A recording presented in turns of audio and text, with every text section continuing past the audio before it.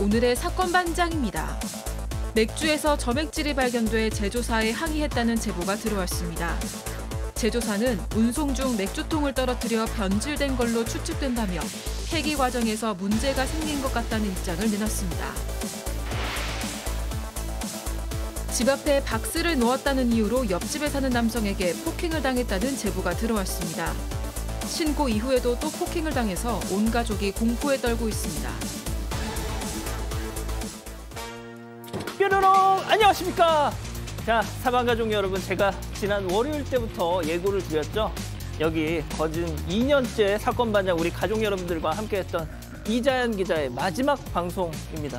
많이들 주목해 주시고 막판에 또 우리 이자연 기자가 우리 가족 여러분들한테 인사 말씀도 드릴 테니까요. 끝까지 이 시간 함께해 주시죠. 좋습니다. 빨리 시작하겠습니다. 예, 진실 추적자 사건 반장 시작합니다. 제주발 비계 삼겹살 파문 제보가 끊이질 않습니다. 자, 사방가족 장은정님이 보내주셨는데요. 제주도 함덕에 있는 한 고깃집 은정님이 이걸 어떻게 먹어요? 했더니 사장왈 요즘 고기 다 이래요. 이거 이미 잘라서 그리고 드셔야 돼 하더라나요. 진짜 이게 뭐 하는 짓입니까? 어제 오영훈 제주도지사가 단속을 하겠다라면서도 식문화 차이도 감안해 주셔야 한다고 했다는데 제주도민들은 뭐 비계살 돈 주고 사 드십니까? 식문화 차이라뇨. 자, 오늘 출연자 소개해 올리죠.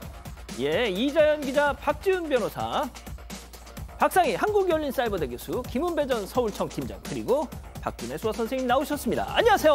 안녕하십니까. 예, 힘든 세상 사반 보면서 위로받고 살고 있어요 하신 전주의 이성숙님, 사반 보다 보면 우라통이 터져서 몇 번씩 스톱하고 화를 삭히곤 합니다 하신 전유미님, 어제 늦게까지 회식 달렸어요. 그래도 사반은 보고 자야 돼 하신 장수희님, 어제 저녁 6시 반 1200번 버스 타고 백성역에서 내린 얼굴에 이 마스크팩한 후드티 여성분, 쓰레기 좀 버리지 마 하신 김민서님, 어제 천안중앙시장 순댓국집에서 혼밥하던 아내에게 비타민 음료 사다 준 20대 청년들 감사합니다 하신 신향식님, 서울 성북구 도남동 태영빌라 사는 고성 반갑구나, 제발 밤에 잠 좀 자라 하신 최희님, 여성 예비군 허미수님, 모두 사랑합니다. 자, 지민은 물론 의리로 함께하는 아스사바 뉴스데이 칠호공. 예, 대한민국과 전 세계 동포 가족 여러분의 시선을 모아서 출발합니다.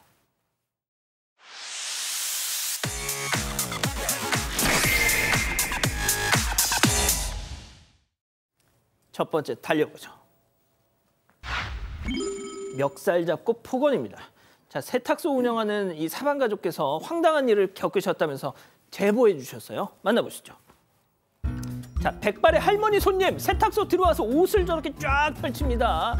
옷 여기저기를 짚으면서 여기 얼룩 있잖아 여기, 아이고 하면서 막 다시 세탁을 해달라고 막 요구를 하고 있죠. 그렇게 불만 사항이 끝나나 했는데 나갔다가 다시 들어와서는 갑자기 분노의 레이저 빔을 쫙 발사를 하는데요. 옆에 손님도 있는데 사장님 멱살을 훅 잡아당겼어요. 지금 보셨죠? 멱살. 자, 그러고는요, 죄 없는 또 옷걸이를 들고 계산대를 팍팍 하더니 거기에다가 그냥 삿대질 하면서 막 뭐라고 하시니까, 자, 결국 그때 경찰이 옵니다. 무슨 일이 있었던 거예요? 네, 지난달 29일이고요. 저기가 서울에 있는 한 프랜차이즈 세탁소입니다. 한 70, 80대 정도로 추정되는 여성 손님이 아침에 찾아갔던 옷을 들고 와서는 이거 집에 와서 살펴보니까 주머니 쪽에 얼룩이 다 남아있다라면서 재세탁을 요구를 한 겁니다. 그런데 사장님인 제보자가 살펴보니까 실제로 주머니 쪽에 얼룩이 있긴 했습니다. 그런데 문제는 얼룩뿐만이 아니라 옷에 고양이 털 같은 게 잔뜩 붙어 있었다는 겁니다. 이걸 하나씩 떼면서 혹시 고양이 키우시냐, 털이 왜 이렇게 많이 붙어 있냐 라고 얘기를 했는데, 갑자기 분노해서는 나는 고양이 안 키운다면서 버럭했던 겁니다. 그래도 일단 재세탁 접수를 해줬고요. 저 손님도 나가는가 했습니다. 그런데 몇 분 뒤에 다시 돌아와서는 다른 손님도 있는데 저렇게 사장님 또 멱살을 잡고요. 목소리 높이고 화를 내더니 옷걸이로 위협까지 했습니다. 이건 말이 안 통하겠다 싶어서 이 제보자가 결국 경찰에 신고했다고 합니다. 뭐 저렇게까지 화를 낼 일일까요, 교수님? 그러니까요. 우리도 영상으로 보고 있지만 그냥 뭐 얼룩이 있어요. 다시 해달라 그래서 사장님께서 다 주해주겠다 그러면서 이제 털이 있으니까 이제 고양이 키우시나요 했는데 뭐 저렇게까지 화를 내실 일은 뭐 목소리는 안 들리니까 정확하게 뭐 워딩은 모르겠습니다만 아닌 것 같은데 이제 화를 내셨어요. 근데 이제 동네 주민이시기도 하고 예전부터 오셨던 고객이라 이제 원만하게 해결하려고 그랬는데 사과도 끝까지 없고 따님하고도 전화를 해서 어머니께서 이렇게 하셨다 했더니 따님께서도 나는 모른다, 알아서 하셔라, 뭐 이렇게 얘기를 해서 더 좀 이제 화를 부추기셨죠. 결국에는 이제 사장님께서 오늘 폭행, 폭언, 아이고야. 영업 방해죄로 고소했습니다. 아, 그렇군요. 알겠습니다. 자, 다음 또 이어가죠. 술 취해 흉기 난동입니다. 뭐 제목이 모든 걸 다 말해주는 이 상황 만나보시죠. 우리가 되게 안 했어요 지금. 다시 한번 얘기할게요. 되게 안 가네요. 사장님 아니에요. 그럼 또 그걸 하고 있어요. 그러니까 저도. 내가 뭐가 흉내지? 나도 대박. 왜 이래? 이렇게? 내가 신나겠는데? 그럼 뭐 나한테 얘기하지 말고. 알았어요.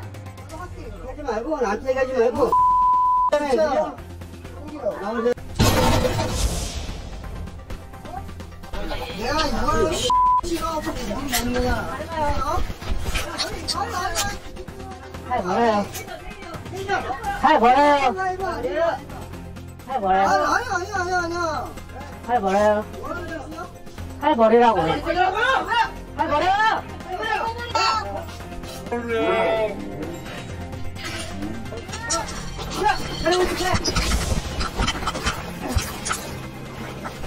제발 저런 인간들한텐 테이저건 좀 아끼지 말고 팍팍 좀 쏘시라고 제가 몇 번을 말씀드렸습니까? 그렇죠. 지난 3월 충북 제천에 있었던 새벽에 있었던 사건인데요. 어떤 술집에 술이 잔뜩 취했던 남성이 행패를 부린다는 신고가 접수가 됐고 경찰이 갔는데요. 경찰이 가니까 더 난리를 칩니다. 또 왔네요 라고 경찰한테 태어나는 모습을 보이면서 그 이후에 유리문에 퉁쿵 받는 모습까지 보였고요. 급기야는 옆에 있는 가게, 원래 자신이 운영하는 복권집 같은데 이 자신의 운영 가게에 들어가서 흉기를 갖고 나오는 모습이 보이고요. 그래서 결국은 3단봉을 들고 포위를 했던 상황이고 제압을 했습니다. 결국 특수공무집행 방해죄로 현행범을 검거를 했는데 이후에도 또 가관의 모습이 연출이 돼요.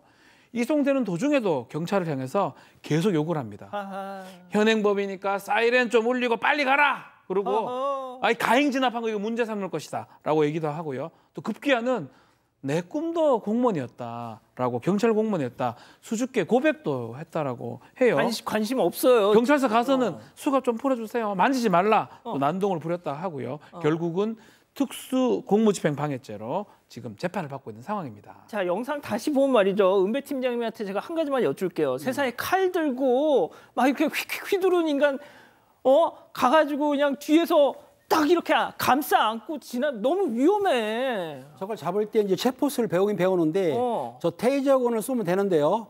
전번에 테이저건 쏴가지고 잠시 사망한 사건이 있었어요. 그러다 보니까 테이저건 쏘는 걸 좀 주저하게 되다 보니까 몸으로 막는데 흉기를 들었을 때는 테이저건 사용을 했으면 싶어요, 저도. 그러니까요. 네. 알겠습니다. 조심하세요. 아무튼 자, 다음 또 이어가죠.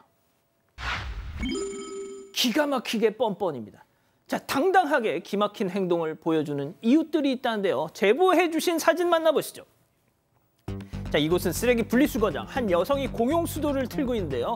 자, 연결된 호스에서 물이 쫙 그대로 파란 차 분위기 위에 콸콸, 딱 봐도 세차 중이죠. 자, 그런데 말이죠. 이 여성, 이 차량, 이 구도 어딘지 기시감이 든다 했더니 그렇습니다. 지난 월요일 한번 방송했는데 저 여성 방송을 못 봤는 지 계속 이러고 있더라. 그렇다니까요. 이런 양반들은 사건 반장 안 보신다니까요. 그렇습니다. 지난 5월 2일 날 한 아파트 단지에서 벌어진 상황인데요. 당시 그 제보자에 따르게 되면은 이 주민이 지난 월요일 날 사건 반장에서 제보한 사건이 있습니다. 세차한다고 그걸 찍어서 이제 사건 반장뿐만 아니라 뉴스도 나왔는데 아마 저 주민은 저걸 못 본 것 같아요. 못 봤으니까 저렇게 하겠죠. 이날 아침 이제 차를 옮기면서 이리저리 옮기면서 세차를 거하게 하는데 뒷유리까지 저 세차하게 되면 문제가 되거든요. 그래서 제보자가 신고를 했더니 경찰에 출동을 했습니다. 출동을 해가지고 관리사무를 통해가지고 사실 확인 중인데 어찌됐든 저는 도로에서 무단으로 세차를 하게 되면 범법이 되기 때문에 저 여성분은 당연히 책임을 물을 겁니다. 자, 이번에는 영상 만나보시죠. 자, 웬 남성이 버스 좌석 2개를 차지한 채로 가로 본능 제대로 보여주고 있습니다. 쭉 맞지 신발까지 벗어두고 다리를 저렇게 창가에 탁 올려놓고 룰루라라 휴대전화 삼매경에 빠져 있는데요. 진짜 왜 저러고 사니 진짜 교수님. 네. 저렇게 가기도 힘들어 보이는데 저 이상하게 진짜 버스를 타고 가세요. 본인은 편하실지 모르겠지만 보는 사람은 너무 불편하고요. 왜 도대체 저렇게 신발까지 벗어놓고 저러는 겁니까? 우리나라가 이제는 정말 문화 선진국 좀 됐으면 좋겠어요. 그러니까 시민의식 좀 꼭 지켜줬으면 좋겠고 보는 사람은 진짜 눈도 불편하고 또 냄새도 납니다. 아유, 알겠습니다. 자, 다음 또 이어갈게요. 자전거 통째로 들고 뿅입니다. 사방가족께서 제보해 주신 영상 만나보시죠. 학생들 무리가 다리 밑을 저렇게 저벅저벅 걸어가고 있습니다. 자, 그런데 자전거 거치대에서 스톱! 허리를 푹 숙이더니 자전거를 살피더니 그때 이제 다 같이 머리를 맞대고 회의를 시작하죠.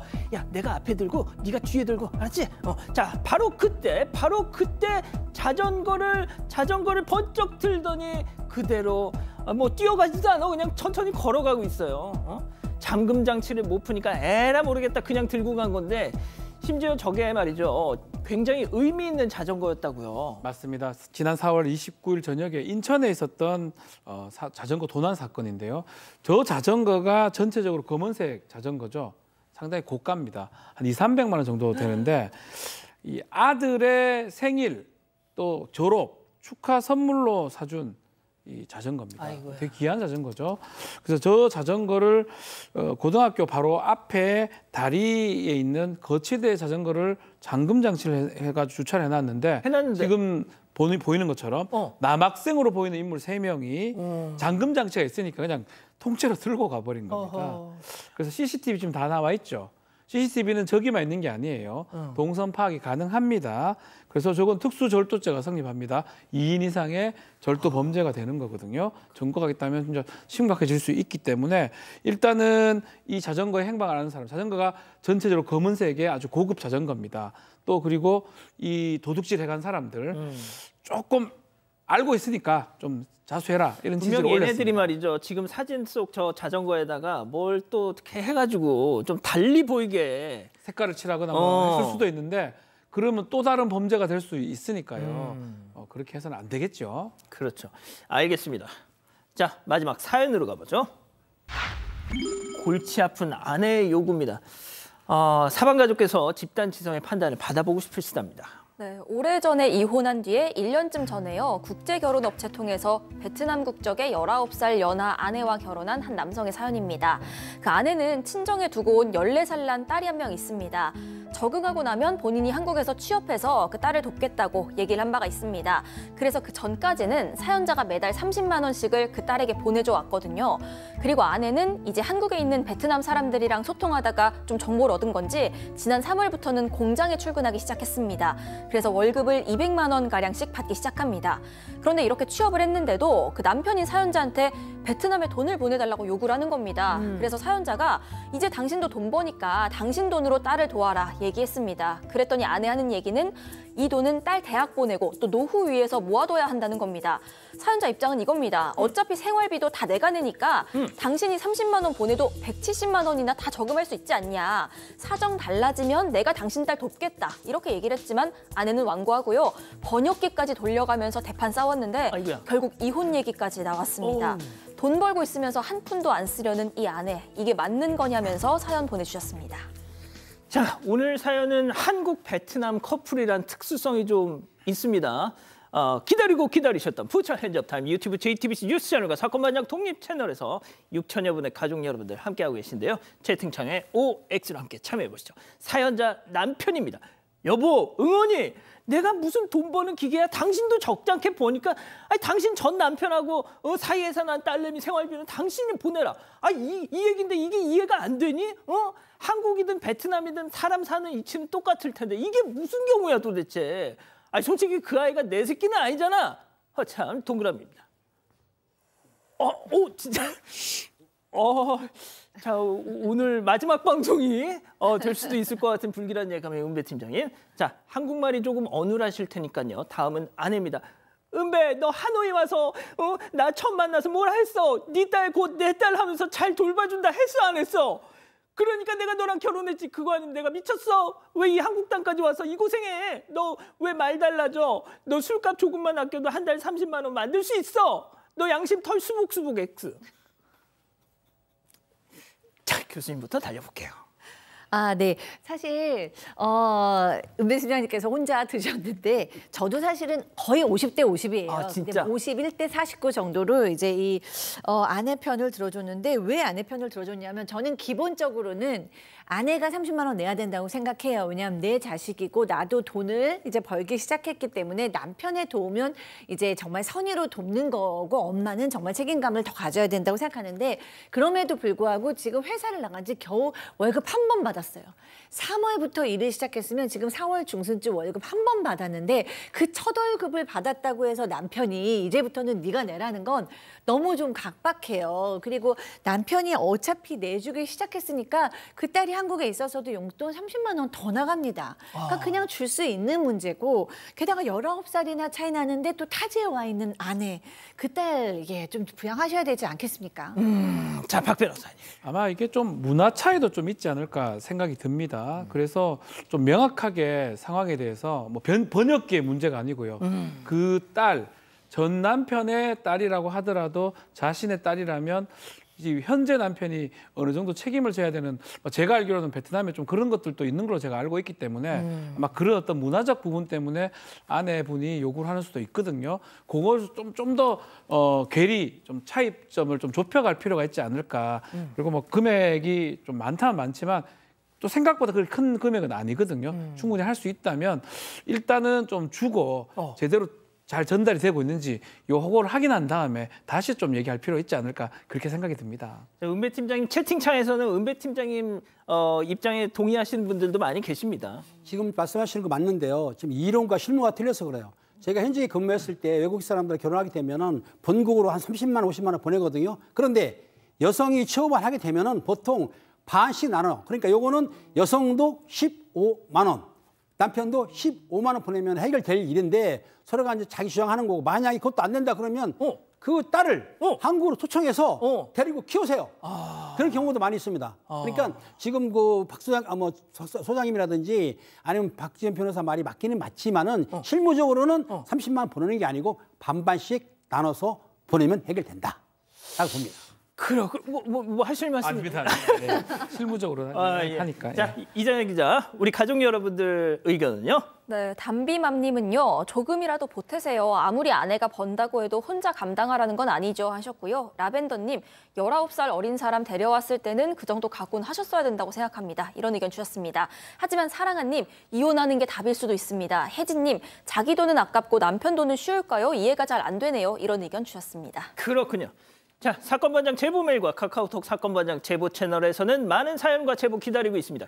김동규님 보고 계시죠? 지난 4월 27일 오후 5시 16분경 구리포천 고속도로 동의정부 IC 일대를 지나고 계셨는데 저기 보니까 스쿠터 같은 게 보이더란 거죠. 순간 여기 고속도로 아닌가?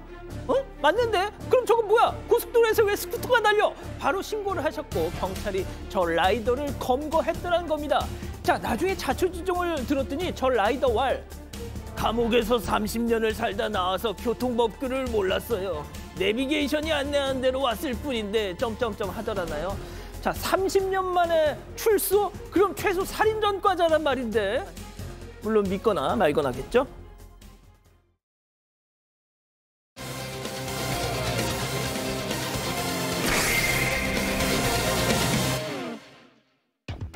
맥주에서 점액질이 발견돼 제조사에 항의했다는 제보가 들어왔습니다. 제조사는 운송 중 맥주통을 떨어뜨려 변질된 걸로 추측된다며 폐기 과정에서 문제가 생긴 것 같다는 입장을 내놨습니다. 어떻게 된 일인지 알아봅니다. 자, 사반 가족의 제보입니다. 오늘 불금 사건반장 보시면서 지금 댁에서 맥주 한 잔 이렇게 딱 드시고 계시다가 방금 그 영상 보고 아이씨 막 하실 수도 있는데 말이죠. 제보자께서는 이 맥주 때문에 정말 하루를 망치셨다. 네, 이 맥주가요. 지난달 중순쯤에 그 창고형 대형마트입니다. 코스트코에서 사온 거였다고 합니다. 24캔짜리 이 캔으로 된 어떤 필라이트 맥주 3박스를 사왔다고 하는데 그동안 냉장고에 보관을 해두다가 최근에 한 캔을 땄습니다. 그런데 지금 보시는 영상처럼요. 맥주를 잔에 따르는데 점액질이 흐르더라는 겁니다. 아이고야. 이 마치 약간 팔보채 같은 것처럼 걸쭉한 무언가였다고 하고 이 제보자는 이 점액질이 마치 콧물처럼 보인다고도 표현을 하긴 했습니다. 너무 놀라서 혹시나 하고 다른 캔도 따봤는데 역시나 저렇게 끈적한 액체였습니다. 다행히 제보자가 저걸 먹진 않았고요. 냄새를 맡아봤는데 어떤 특정한 냄새가 나진 않았다고 합니다. 이 제보자가 캔맥주 24개 제조일자를 확인해 보니까 다 같은 품번으로 시작했습니다. 그러니까 나머지 맥주 중에서도요. 이상 제품이 섞여 있을 걸로 추정이 되는 상황입니다. 아, 지금 채팅창에 채널 돌리겠다고 하시는 분들이 많아서 그래도 잠깐만 좀 보세요. 이게 먹거리 안전과 관련된 거다 보니까요. 예, 일단 보시기에도 좀 이상하잖아요. 제보자분 얘기 직접 들어보시죠. 담당자분이 말로는 뭐 지게차 상하차 하다가 쏟아갖고 그래서 뭐 미세하게 공기가 들어와서 그렇다는데 내가 보기엔 공기가 들어가면 탄산이 없어야 되는데 그러니까요. 이게 단백질하고 공기가 만나서 뭐 이렇게 된 것 같다는 식으로 얘기를 하더라고요. 그 맥주 자체는 지금 완전히 그냥 팔보채 같은 거 걸쭉하게 지금 맥주가 무슨 콧물도 아니고 그러니까요. 알고는 못 먹어요. 모르고는 먹을 줄 몰라도. 네. 제가 이 영상을 보니까 박 변호사님 네. 술을 못 마시기를 정말 천만다행이다. 맥주를 좋아하는 저로서도 그러니까. 저걸 마시긴 좀 어려울 것 같아요. 뭐 콧물이나 이런 느낌이 들기 때문에 좀 문제가 되는데 일단 문제 제기를 당연히 했겠죠. 그러니까 제조사가 버려라 확인을 하러 와야 되는데 그냥 버려라라고 얘기하면서 동일 회사에 다른 맥주 몇 캔을 갖다 줬다고 하면 박스를 갖다 줬다고 합니다. 보상하겠다 그렇게 얘기를 하는데 그러면서 좀 그런 얘기를 해요. 유통하는 과정에서 상하차하는 과정에서 떨어뜨려가지고 그 캔에 균열이 생겼는데 공기 같은 게 들어가서 그런 어떤 걸쭉한 부분이 생긴 것 같다라고 얘기하는데 제보자의 얘기에 따르면 캔에 찌그러진 부분이 없었다고 하거든요. 그 부분이 납득이 안 된다고 좀 얘기를 하고 결국은 이게 과연 뭔지 이 내용물이 뭔지 너무나 궁금해서 인체에 유해한지 무해한지 확인하기 위해서 식품 전문가한테 좀 문의를 좀 해봤는데 예. 식품 전문가 역시 차윤환 박사인데요. 잘 모르겠다고 얘기하면서 다만 증점제 또 단백질 정성분이 제대로 섞이지 않았다고 하면서 독성은 없지만 이렇게 하는 건 말이 안 된다. 제조사 조치는 반드시 필요하다. 이렇게 얘기를 하고 있는 상황입니다. 자, 맥주 속 단백질과 공기가 만나서 저런 현상이 생겼다라는 게 해당 제조사 측의 설명인 것 같은데 말이죠. 지금 도대체 그 브랜드가 어디야라고 지금 막 말씀을 하시는데 발포주 브랜드 필라이트입니다. 저희가 이름을 공개한 이유가 있습니다. 지금 해당 맥주를 드시고 나도 저런 거 봤어요. 나도 겪었습니다라는 피해자가 한둘이 아니라는 겁니다, 팀장님.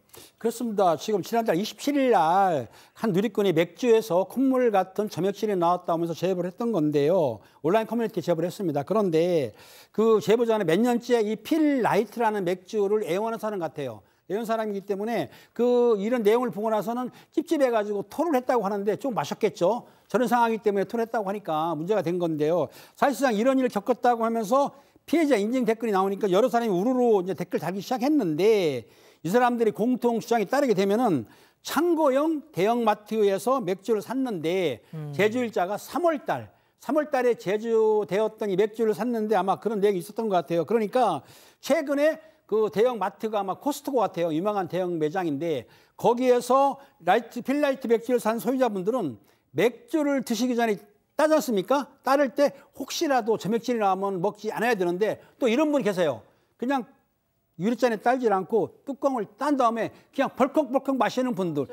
수장님도 그렇게 마시죠? 네. 그러면 모르잖아요. 그렇기 때문에 항상 이번에는 3월달 맥주면 항상 유리컵에다가 따른 다음에 확인한 다음에 드시기 바랍니다.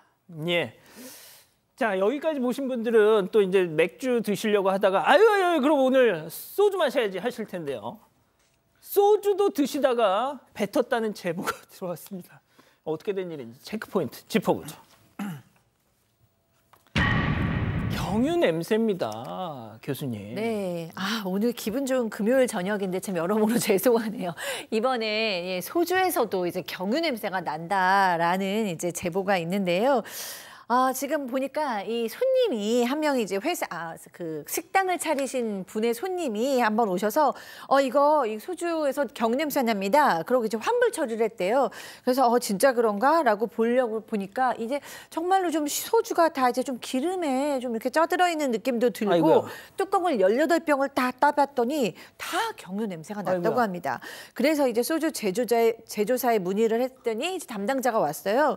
그래서 냄새를 맡아보고는 네, 맞습니다. 이거 경유가 섞인 게 맞습니다. 라고 인정을 한 거예요. 오. 그러면서 소주 유리병에는 아주 작은 미세한 구멍이 있는데 보관하는 곳에서 석유가 스며들 수가 있다라고 얘기를 했대요. 그러면서 우리가 피해를 보더라도 식약처에 직접 신고해서 원인을 밝히겠다. 라고 얘기하면서 그 경유 냄새가 나는 소주를 다 가지고 갔다고 합니다. 박 변호사님, 소주병에 미세한 구멍이 있어요?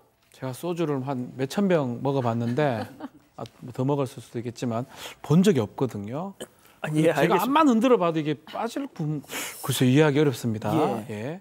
자, 꼭 냄새의 이 원인 밝혀드리겠습니다라면서 문제의 술들을 싹 수거해 갔다는 제조사. 하지만 일주일, 열흘, 2주가 지나고도 함흥차사였다는 거죠. 결국 제보자가 다시 연락을 하자 이럴 수가, 말이 완전히 달라졌다는 거죠. 얘기 들어보시죠. 저희는 이제 애초에 그 회사에서 그 신고를 같이 하신다고 해가지고 기다리고 있었는데 연락이 하도 안 와가지고 저는 그냥 기다리고 있다가 이제 연락을 드렸죠. 께서는 손님이 드신 술을 해소를 못해서 진행이 안 된대요. 그래서 무슨 소리냐, 분명히 저희 어머니가 드신 병에 따라 드렸고 나머지 술 12병도 가져가셔서 연구소에서 조사를 하신다고 하셨는데 그건 왜 조사 안 하냐고 하니까 그건 애초에 손님이 컴플레인 걸린 술이 아니어서 자기들이 조사할 이유가 없다. 이거 누가 거짓말을 하고 있는 거예요, 이거? 그런데 요새 가게에 CCTV 다 있잖아요. 영상으로 다 남아 있습니다. 지금 곧 장면이 나갈 텐데요. 그 소주를 제조사가 직접 가져가는 게 CCTV에 다 남아 있습니다. 이 영상이 있고요. 그 제보자가 말했던 그 제조사 직원이 이 손님이 남긴 소주를 직접 다 가져갔다고 합니다. 이걸 한 병을 다 가져갈 필요는 없고 그 남긴 소주 몇 잔 정도만 가져가면 된다고 해서 제보자의 어머니가요, 저렇게 빈 병에다가 그 문제가 된 소주를 덜어주고 있는 장면입니다. 저렇게 증거가 다 있는데도 지금 받은 적이 없다, 모르쇠한다는 게 제보자 주장입니다. 이뿐만이 아니고요. 제보자에 따르면 저 제조사가 가져가면서 우리가 식약처에 신고를 하겠다 이렇게 얘기를 했는데 2주 뒤에는 제보자가 직접 신고한다고 했었다면서 말을 바꾸고 잡아떼기까지 했다는 겁니다. 결국 이 제조사에서는 경유 냄새 나는 저 문제의 술들은 다 회수를 해가고 제보자한테는 우린 그 술 못 받았다, 다른 걸로 조사를 할 수는 없지 않냐, 이렇게 말하고 있는 상황입니다. 자, 박 변호사님. 네. 그런데 여기서 또 반전이 있습니다. 역시 네. 우리 사건 반장을 보시는 가족 여러분, 가족분다운데요. 제조사 몰래 그 술 한 병을 탁. 다 주지 않았습니다. 경유 냄새가 나지만 개봉을 하지 않았던 소주 한 병을 챙겨 두셨다고 합니다. 개봉을 하지 않고. 그래서 저기 지금 갖고 있는데 저거를 최근 식약처에 신고를 해서 제출해서 신고를 한 상황이라고 하는데 이게 필요한 상황이에요. 이 경유, 또 소주에 경유가 들어가서 몸에, 인체에 유해할 가능성도 있는 거거든요. 그리고 저 몇 병만 들어간 게 아니고 다른 어떤 소주에도 들어갔을 가능성도 있기 때문에 이것은 반드시 조사가 좀 필요한 상황이고, 특히 이거 제조하면서 어떤 또 잘못된 점이 있는지 모르기 때문에 이것도 자기들이 책임을 좀 가리려고 하는 측면도 있기 때문에 확인하는 차원에서 이 소주 한 병으로 모든 걸 좀 확인해 봐야 될 것 같습니다. 예. 이건 뭐가 됐든 제조사에서 좀 책임지고 어떤 입장을 좀 내놔야 되겠네요. 자, 이렇게 정리하고요. 두 번째 사건 이어갑니다.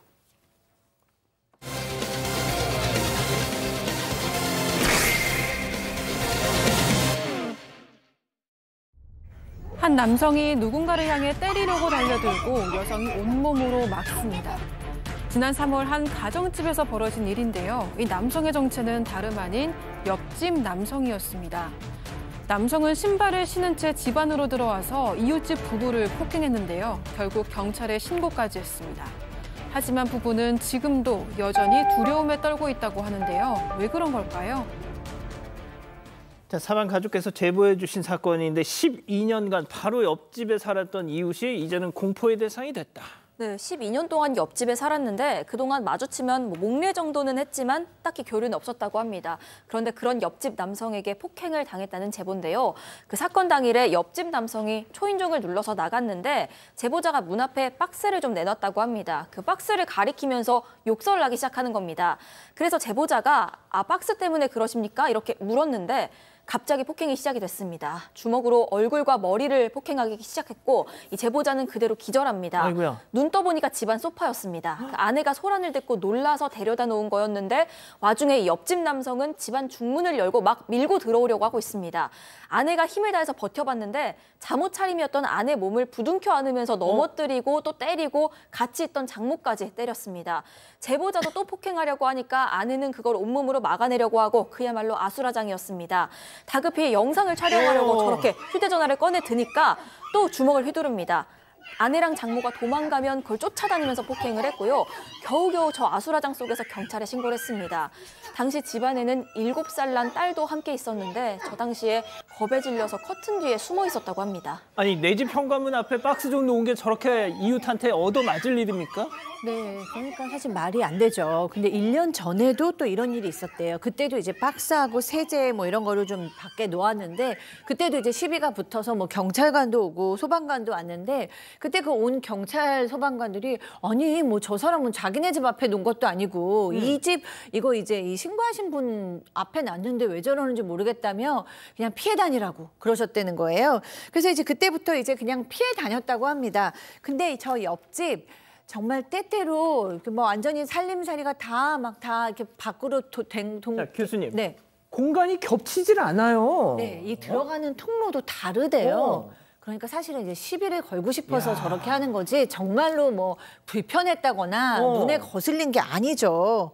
근데 저 집이 12년 동안 와보니까 봐왔지만 부부싸움을 굉장히 많이 하고 그 과정에서 그 집 살림살이를 집 밖으로 내던지고 분에 못 이겨서 막 현관문을 부수고 아내도 때리고 그러야 했었대요. 근데 한동안 좀 조용해서 요즘은 좀 조용하네라고 다행이다라고 보니까 알고 보니까 이혼을 했다고 합니다. 그래서 정말 더 조심해야겠다라는 차에 이런 일이 또 생겼습니다. 자, 이 제보자 부부는요. 폭행 사건 이후에 옆집 남성과 마주칠까 봐 피해 다니셨대요. 왜 아니시겠습니까? 자, 한 달쯤 흘렀을까? 엘리베이터를 타고 올라가는데 딱 마주쳤다는 거죠. 자, 그런데 이 옆집 남성 제보자에게 이런 얘기를 하면서 또 주먹질을 하더라는 겁니다. 체크포인트 짚어보죠. 대답 안 해? 이게 무슨 얘기인지 직접 들어보시죠. 엘리베이터에서 우연히 만나버렸어요. 또 조사받고 딱 온 날. 미안합니다 그러더라고요. 내가 아무 말도 안 했어요. 나는. 그랬더니 아무 말도 안 한다고 대답 안 한다고 또 막 뭐라고 흔들을 쳐. 금방 미안하다고 해놓고 또 막 욕을 해 또 거기서. 근데 엘리베이터 나오니까 또 한 방 치더라고. 나를 여기를 탁 치더라고. 팀장님 어떻게 살아? 그렇습니다. 제보자 부부는 저 사건 이후에 저 남성하고 이제 피해 다닌 거죠. 마주치지 않으려고 피해 당했었는데 경찰 조사 받고 귀가하는 날 했어요. 귀가하고 이제 계속 귀가해가지고 지하 차를 지하 1층에 대고 올라가는데 1층에서 엘리베이터가 딱 쓰더니 저 남성이 탄 거예요. 하니까는 이제 그 피해자 부부들이 이제 목례만 살짝 했는데 이 남성이 미안하다 말을 한 것 같아요. 그러니까 미안하다는 말을 했지만 실제적으로 그 대꾸를 안 하고 가만히 있었는데 갑자기 저 남성이 더 맞아야 정신 차릴래? 라면서 욕설을 하고 차가 엘리베이터가 올라가다가 제보자가 사는 층에 내리니까 또 폭행을 했다고 합니다. 그러면은 피할 수밖에 없지 않습니까? 피하니까는 피해자 부부가 집안으로 피해 갔는데 저 남성이 밖에서 고래고래 욕설을 지르면서 또 초인종을 누르면서 또 이렇게 계속 협박을 하니까 할 수 없이 경찰에 신고를 했는데 경찰에서는 사실은 증거가 있어야 되니까 CCTV를 확인한 뒤에 처벌한다고 하는데 저 정도로 계속해서 신고해도 보복한다고 한다면 경찰은 틀림없이 저 남성을 구속시켜야 된다고 생각합니다. 자, 말씀드린 대로 2차 폭행까지 진행이 됐습니다. 결국 제보자는 집 앞에 CCTV까지 달았다는데요. 자, 그런데 얼마 뒤에 이 옆집 남성 행동 두려움에 떨었다는데 또 무슨 짓을 했길래? 자, 2차 폭행 사건 다음 날입니다. 다음 날 바로 이 제보자 집 앞에 이 자신의 그 남성의 딸 자전거하고 킥보드를 던져 현관문에 내동쟁이 쳤다고 합니다. 또 소리를 지르면서 난동을 불려서 또다시 경찰에 신고를 했다라고 하고요. 아마 2차 폭행 사건 이후 일주일을 흘렸을 무렵에는 제보자 그 현관문 앞에 화분이 하나 놓여져 있는데 예. 쪽지가 꽂혀 있었다고요. 저 쪽지인데 저게 뭔지 보니까 그 글이 사과드립니다. 제가 잘못했습니다. 이렇게 좋은 이웃으로 발전하겠다고 써져 있었는데 네? 왜 이런 글을 보냈냐고 쪽지를 보냈냐고 알아보니까 경찰에 가서 경찰 너 사죄 안 하면 너 구속될 수 있다. 이런 얘기 들어서 이렇게 쪽지를 적었던 것 같습니다. 근데 이 뭐 쪽지 거두지 않고 사진을 저렇게 찍어뒀는데 나중에 하루 지나고 확인해 보니까 저것을 구겨진 채로 제보자 현관문 앞에 놓여져 있었던 거예요. 그러니까 이 쪽지를 받지 않고 가만 놔두니까 화가 나서 구겨서 던져버렸던 것 같아요. 내가 이렇게 사과했는데 예. 또 무시해? 그러니까 만약 그렇다면 다른 사람을 통해서 전달한다든지 그렇게 해야 되는데 또다시 용서를 구하지 않고 그것을 던졌던 거 그것이 또 충격적이라고 하고 있는 상황입니다. 야, 진짜 이거 어떻게 삽니까? 자, 제보자는요. 또 해코지를 당할까 봐 출근하기도 그리고 또 가장 중요한 7살 딸 아이를 등하교시키기도 무섭다고 하십니다. 매일매일 그야말로 살얼음판을 걷는 기분. 제보자 얘기 이어서 들어보시죠. 우리 애기가 꿈에 나타났는데 여기 애기가 그 커튼 뒤에서 숨어서 봤대요. 그걸 초인종만 누르면 놀래갖고. 근데 이제 CCTV를 달아놨어요. 제가 경찰들은 참아라 이거예요. 나 죽어도 참아야 되냐. 죽은 뒤에 큰 사건이 벌어지면 어떻게 하려고. 왜 구속식 수사도 안 오고. 나보러 이사 가래요. 아, 뭘 참아, 뭘 이사를 가. 그러니까요. 아, 지금 뭐 다 속상하지만 아내나 장모님이 전추 이주 나온 것도 속상하지만 이제 제일 속상한 건 아기가 너무 놀라서 꿈에도 자꾸만 그 무서운 아저씨 나온다 그러고 막 잠깐 무서워하고 이러니까 아빠로서 굉장히 속상하시겠죠. 그런데 또 이 경찰들은 걱정이 되니까 그렇게 얘기하는 거죠. 그러니까 이제 봐도 모른 척해라, 그냥 참아라, 싸움 나지 않게 그냥 못 본 척 피해라라고 얘기하면서 이런 사람이랑 어떻게 같이 살겠냐, 이사 가야 되지 않겠느냐라고 얘기를 했대요. 근데 이분께서는 도대체 피해자인 내가 왜 이사를 가야 되냐 이렇게 얘기하시는 거죠. 당연하죠. 이렇게 되면 이 사람 지금 폭행 혐의로 경찰 조사 받고 있다고 하는데 가해자가 이사를 갔으면 좋겠는데 그럼 또 근데 또 이 사람이 또 이사 가면 다른 이웃을 또 괴롭힐 거고 결국 구속이 돼야 되나 뭐 이런 생각이 듭니다. 뭐 경찰 여러분들도 법이 이 모양이니까 어쩔 수 없어서 그렇게 말씀을 하셨겠지만 자, 박 변호사님, 네. 제보자님이 박 변호사님께 궁금하신 게 있대요. 왜 폭행 혐의만 적용되냐? 이 집 안으로 들어왔었잖아요. 그리고 아내분은 잠옷 차림이었는데 그걸 또 뭐 어떻게 뭐 실랑이를 하면서 막 거의 몸에다 손을 댔고 말이죠. 뭐 이제 제보자는 주거 침입죄라든지 성추행 같은 뭐 강제추행죄 같은 혐의가 적용될 수 있느냐 뭐 이 부분을 조금 물어보는 것 같습니다. 그렇지만 경찰의 이제 얘기는 그런 거예요. 싸우다가 집으로 침입하게 되기 때문에 주거 침입의 고의라든지 이 연결성으로 따질 때는 없다라고 보는 거고 좀 그냥 접촉하는 게 폭행의 연장선상이다 이렇게 보는 것 같은데 저는 주거 침입죄는 일부 이해를 할 수 있지만 강제추행죄는 좀 달리 봐야 되는 거 아니냐. 복장도 복장이지만 폭행 부분보다는 접촉하는 고의성도 좀 보이거든요. 영상이 지금 그대로 다 담겨져 있기 때문에 단순한 폭행보다는 만지고 접촉하고 이런 어떤 측면이 좀 있는 거를 경찰이 적극적으로 좀 봐야 되지 않을까 생각이 좀 대놓고 듭니다. 잡고 있잖아요. 잡는 저런 부분 맞아요. 폭행도 충분히 되지만 이 폭행을 하면서 성적 수침을 야기하는 접촉이 된다면 강제추행죄 성립할 수가 있거든요. 그 부분도 한번 좀 제대로 좀 수사를 하거나 좀 살펴볼 필요가 있을 것 같습니다. 은배 팀장님, 짧게 부탁드릴게요. 저런 사람 이웃에 살면 진짜 어떻게 해야 됩니까? 저런 사람이 이웃 사게 되면은 저 사람을 이사를 내보내야죠. 내가 가능해요. 그리고 아까 변호사님 얘기했는데 저거 주거 침입 가능합니다. 왜냐하면 범죄하기 위해서 들어갔기 때문에 주거 침입 가능하고 강제추행도 가능하기 때문에 경찰에서 적극적으로 수사하게 되면은 저걸 처벌할 수 있다고 봅니다. 저는. 알겠습니다. 자, 두 번째 사건 정리하고요. 별별 상담소 이어갑니다.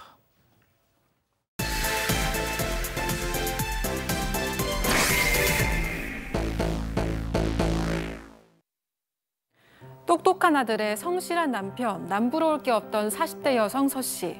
아들 유학 보내겠다며 뒤늦게 변리사 시험에 뛰어든 남편을 열심히 내조해서 합격의 기쁨을 함께 맛보기도 했습니다.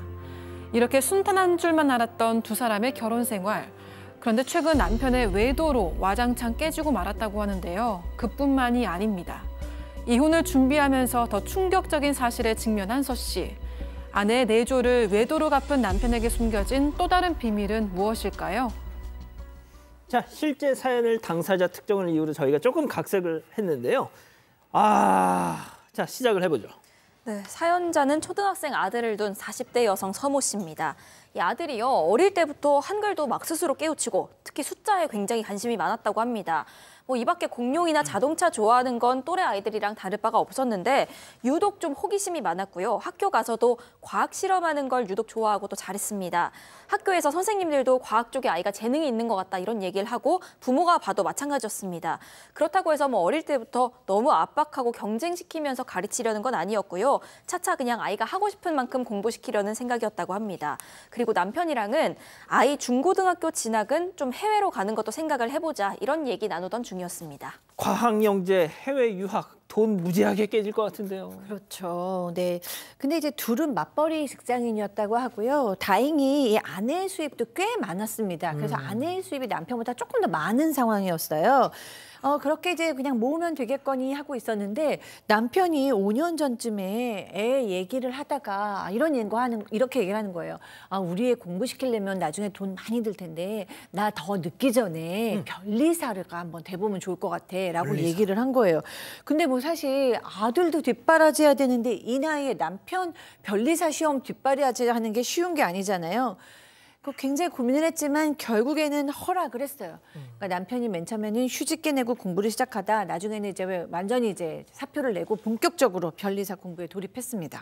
그 특허권 이런 거, 변리사 쉽지 않은데 40대. 되게 어렵습니다. 고시 같은 거 수준의 어떤 시험이고 잘 될지 안 될지 100% 확신할 수 없지만 그래도 한번 해보자 생각이 돼서 도전을 했다고 하고요. 근데 이제 둘이 돈을 벌다가 서씨 혼자 이제 벌어야 되잖아요. 그러니까 반으로 뚝 줄어드는 상황이고 아이고야. 또 학원비, 교재비 이런 거 듭니다. 그러니까 돈이 좀 더 많이 들죠. 그래서 어쩔 수 없이 주말에 프리랜서 알바도 시작을 했다라고 합니다. 또 학원에서 고시원에서 공부하는 남편을 위해서 또 도시락 같은 거 사주려고 손수 간식도 만들고 본격적인 내조에 돌입을 했다고 합니다. 그래서 남편이 감동을 해가지고 네, 꼭 합격하겠다. 그래서 고생한 당신 다 갚아주겠다라고 얘기했다고 합니다. 자, 그래서 팀장님 합격, 불합격? 그렇습니다. 3년 동안 주경야독이 아니고 주독야독을 해가지고 결국 합격의 영광을 얻었습니다. 그러니까 처음에는 사실은 양가 식구들, 장인, 장모가 특히 걱정이 심한 게 뭐냐면 직장을 그만두고 공부한다고 그러니까 상당히 걱정이 많았었는데 합격하니까 얼마나 좋습니까? 그러니까 서 씨도 기뻐했고 남편도 너무 기뻐가지고 서 씨의 손을 잡으면서 당신이 내조해가지고 내가 합격해서 너무 고맙다. 그러니까 일단 그 부모님이 결혼할 때 아마 남편 명의로 집을 찾았나 봐요. 그런데 내가 고마우니까 이 명의를 공동 명의로 하자라면서 아내한테 같이 공동 명의로 하기로 했습니다. 저 정도 성의 표시. 네, 근데 같이 사는 집이니까 명의가 중요하겠냐마는 그래도 공동명의 해준다고 하니까 기분은 좋았습니다. 이 남편은 시험 합격하고 취업까지 무사히 잘 했는데 그러다 보니까 직장 다닐 때보다 벌이도 확 뛰었고요. 그러다 보니까 자연스럽게 씀씀이도 꽤나 커졌습니다. 그래도 고생했으니까 보상 심리가 있겠지 싶어서 여기까진 괜찮았습니다. 그런데 남편 휴대전화에서 뭔가 심상치 않은 대화가 발견이 되고서부터 이제 얘기가 달라집니다. 휴대전화. 자기야 보고 싶다. 어디 놀러 가자. 영락없는 외도였습니다. 그동안 내가 어떻게 뒷바라지를 했는데 이럴 수가 있냐 따졌더니 남편 반응이 더 뻔뻔합니다. 남자가 살면서 한 번쯤 한눈 팔 수도 있는데 뭘 그렇게 예민하게 구냐. 그리고 네가 생각하는 그런 사이까지 아니었다. 그냥 덮고 넘어가자. 이렇게 얘기하는 겁니다. 기가 막혔던 서 씨는 결국 이혼을 결심했습니다. 앞으로 내가 정말 잘할게 여보 하던 그 사람은 어디 갔습니까? 거신이었던 거죠. 네, 그런 진심을 가지고 있지 않았던 남자라고 생각이 들고요. 어쨌든 이제 이혼을 해야겠다라는 생각이 들었는데 이제 더 기가 막힌 건 바로 지금부터입니다. 내가 정말 용서할 수 없으니까 이혼해야지라는 생각이 들고 나서 맨 처음에 공동 명의해줬다는 그 집 있잖아요. 그럼 그 집을 팔면 내가 얼마쯤 가질 수 있지? 그리고 차랑 주식 같은 거는 얼마 정도 되지? 그래야 아들하고 같이 살 수 있으니까. 그렇죠. 과학년 형제 아들 공부시키면서. 그래서 다 알아보던 중에 이 집이 완전히 이 남편이 이미 팔았다는 사실을 안 거예요.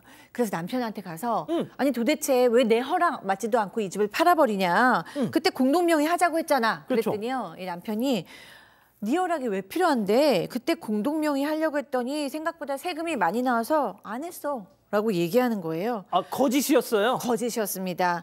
이제는 와 너무나 괘씸하고 이제 뒤통수를 맞은 기분까지 든 겁니다. 야, 이건 진짜 뒤통수 정말 세게 후려친. 자, 그럼요. 여기서 별별 상담소 오늘의 궁금증 짚어보죠. 자, 외도 들키자 재산을 미리 처분한 남편. 공동명의인 줄 알았더니 그것도 하지도 않았어 또. 이혼을 해야 되는데 재산 분할이 어떻게 되느냐 이런 지금 질문을 하고 계시는데 일단 박 변호사님 말씀부터 듣고 갈게요. 글쎄요, 좀 아쉬워요. 공동명의를 사실은 확인하는 게 어렵진 않거든요. 이렇게 공동명의 하면 등기부 한 700원, 500원 주면 뛸 수가 있습니다. 뛰면 이름이 그대로 나옵니다. 근데 남편 믿은 거지. 믿어도 한 번은 뛸 수 있잖아요. 500원 정도밖에 안 하는데. 아니 그렇죠, 그렇죠. 네, 한번 띄보면 그냥 남편을 믿고 띄보는 건데 그 부분이 좀 아쉽긴 합니다. 그래서 사실은 그런 거는 이 아내분의 일정 부분 좀 과실이나 책임도 있다고 보는 게 맞는 것 같고요. 그렇지만 공동명의 해주기로 절반 정도 주기로 약속을 했던 건데 그 약속을 지키지 않았던 부분이 크지 않겠습니까? 그리고 만약에 그 재산이 팔아가지고 그 현금이 있다든지 그런 걸 입증을 한다면 나중에 이혼을 한다면 재산 분할로서 절반 정도 받을 수는 있습니다. 아, 그거는 문제 그거는 없군요. 근데 만약에 썼으면 안 되죠. 그러니까 지금이라도 혹시나 가압류나 확보할 수 있는 재산이 있는지 좀 확인해서 가처분이나 재산을 좀 묶어둘 필요가 있고요. 그 이후에 이혼 소송을 좀 진행을 해야 될 것 같습니다. 야, 자, 은배 팀장님, 이런 인간은 어떻게 해야 되겠습니까? 배은망덕한 인간인데요. 어떻게 할 수는 없지 않습니까? 그렇기 때문에 이거는 아까 변호사님 말씀한 대로 위자료라든지 양육비라고 그러죠. 그걸 철저히 받을 수 있게 어떤 그 각서를 받는다든지 아니면 아까 가처분 말씀하셨으니까 그렇게 하시는 거고 이혼을 안 하면은 관계롭지만 이혼할 때는 꼭 각서라든지 가처분 한 다음에 소송을 해야 될 것 같습니다. 자, 교수님. 네. 이 남편은 나중에 나이 들어서 잘해줄 사람이 아니에요. 그러니까 이거는 잠깐 뭐 성공을 했기 때문에 나오는 성향이 아니고 그냥 이 남편의 숨겨져 있던 본 모습, 인격이 나온 거라고 생각을 해요. 왜냐하면 외도가 문제가 아니라 외도도 큰일이지만 그것보다 이제 더 심각한 건 공동명의를 했다라고 얘기를 하고 뻔뻔스럽게 거짓말을 했던 거. 그리고 외도에 걸렸을 때 이 부인이 어떤 부인입니까? 진짜 혼자서 일해갖고 변리사 시험 합격하게 해준 그런 부인이잖아요. 내조를 해서 그 부인한테 뻔뻔스럽게 남자가 그럴 수도 있지 뭘 그러냐고 이렇게 뻔뻔스럽게 나온 거. 이런 거 봤을 때는 저는 정말 인간이 아니구나라는 생각이 좀 들고요. 이 부인께서 아들까지 키울 생각하면 막막하시고 너무 속상하시겠지만 저도 두 분이 얘기하신 대로 지금으로선 대사인 분할, 뭐 가압류, 양육비 이런 걸 최대한 받으시는 방법이 제일 좋은 거라고 생각이 듭니다. 자, 우리 가족 여러분들 뭐라고 하시나요? 네, 군산 사는 남원땡님, 바람 피우면서 자식한테 부끄럽다는 생각은 안 드시나 봐요 하셨고요. 복동할매님, 저런 남편을 내조한 아내분 마음이 아픕니다. 리로리님, 본인이 레벨업이 됐다고 생각하는 걸까요? 하셨고요. 혜인님도 은혜를 원수로 갚았네 뻔뻔합니다 하셨습니다. 자, 별별 상담소 이렇게 정리하고요. 글로벌 픽 이어갑니다.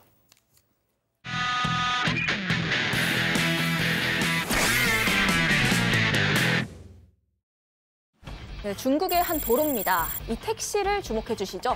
잘 달리던 택시 뒷문이 벌컥 열립니다. 택시는 속도를 늦추고 비상등까지 켜는데 열린 뒷문으로 승객이 굴러떨어졌습니다. 왜요? 이 승객은 차가 쌩쌩 다니는 고가도로 한복판에서 대굴대굴 굴러서 넘어지고 마는데요. 택시 역시도 곧바로 멈췄습니다. 이 황당한 상황 모두 승객이 자초한 일이었습니다.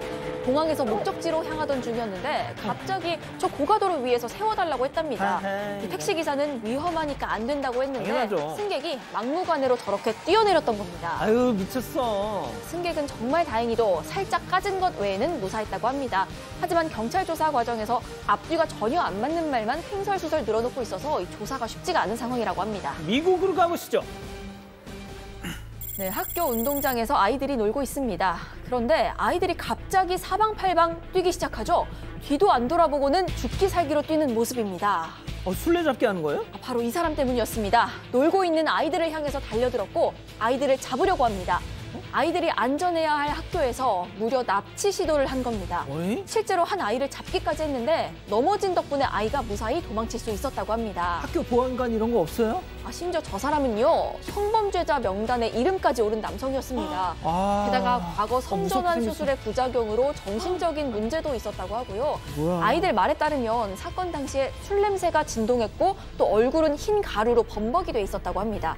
다행히 경찰이 곧바로 체포를 했습니다. 자, 계속해서 미국 이어가죠. 주차장에 흰 소화기 가루가 흩뿌려집니다. 그리고 가루 뒤로 차 위에 올라가서 엉덩이를 열심히 흔들어대는 여성이 보이죠. 일명 트워킹, 엉덩이 춤을 추고 있는 건데요. 혼자만 추기 민망했던 걸까요? 친구까지 불러들여서 이번엔 둘이 함께 들썩들썩 차 위에서 댄스 파티가 벌어지고 있습니다. 도대체 저런 걸 왜 해? 예, 충분히 이해하기 어려운 행동입니다. 그런데 이들은 선을 한 발짝 더 넘었습니다. 물건을 던져서 차 창문을 깨는 건 물론 헤드라이트와 사이드 미러를 부숴버렸고요. 그렇게 이들이 부순 차량이 모두 18대였습니다. 아이고야. 동네에서 작게 청소업체를 운영하던 이 회사는 이들의 만행으로 무려 25,000달러, 우리 돈으로 3,500만 원 상당의 피해를 보고 말았고요. 뭐 하는 인간들일까요? 다행히 범인 잡혔는데요. 이제 14살, 15살밖에 안 된 어린 청소년들이었습니다. 왜 그랬냐는 질문에는 아직도 입을 열지 않고 있고요. 경찰은 이들의 부모에게 연락을 해서 피해 보상에 대해서 논의할 예정이라고 합니다. 자, 다음은 최근 온라인에서 화제가 되고 있는 영상 보시죠.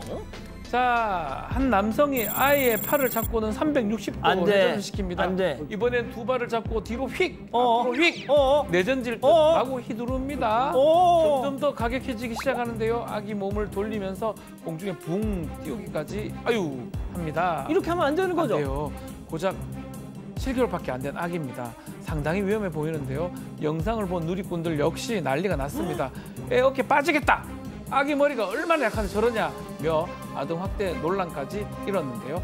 하지만 이 남성 자신을 고개사 아크로바틱 선생님이라고 칭하면서 나는 전문가라서 괜찮다 주장을 했습니다. 그건 네 생각이지. 그러니까요. 남성은 실제 아이 아빠들과 함께 이런 수업을 진행하기도 했고요. 5개월 된 친손주도 피해가지 못했습니다. 게다가 본인 역시 범상치 않은 운동신경을 뽐내면서 스스로 상당히 만족한 모습인데요.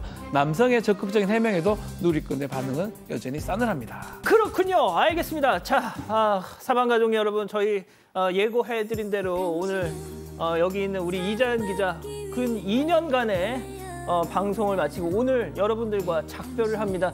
준비한 얘기가 있다고 하는데요. 잠깐 들어보시죠. 네, 가족 여러분, 이자연 기자입니다. 사건반장과 함께한 시간 정말 저한테는 참 의미 있고 감사한 시간이었고요. 이제 저는 현장으로 다시 돌아가서 이제 새롭고 의미 있는 뉴스 계속 전해드리도록 하겠습니다. 가족 여러분 언제나 건강하고 평안하시고요. 그동안 감사했습니다. 저는 우리 이자연 기자 울 줄 알았는데 안 우네요. 고생하셨습니다. 자, 30초 전화 한 말씀 듣고 다시 오시죠. 지금부터 인간의 손길과 눈길이 닿지 않는 곳까지 로보락이 살필 테니 이제 당신의 인생에서 청소는 딜리트. 로보락의 등장, 청소의 종말. 로보락.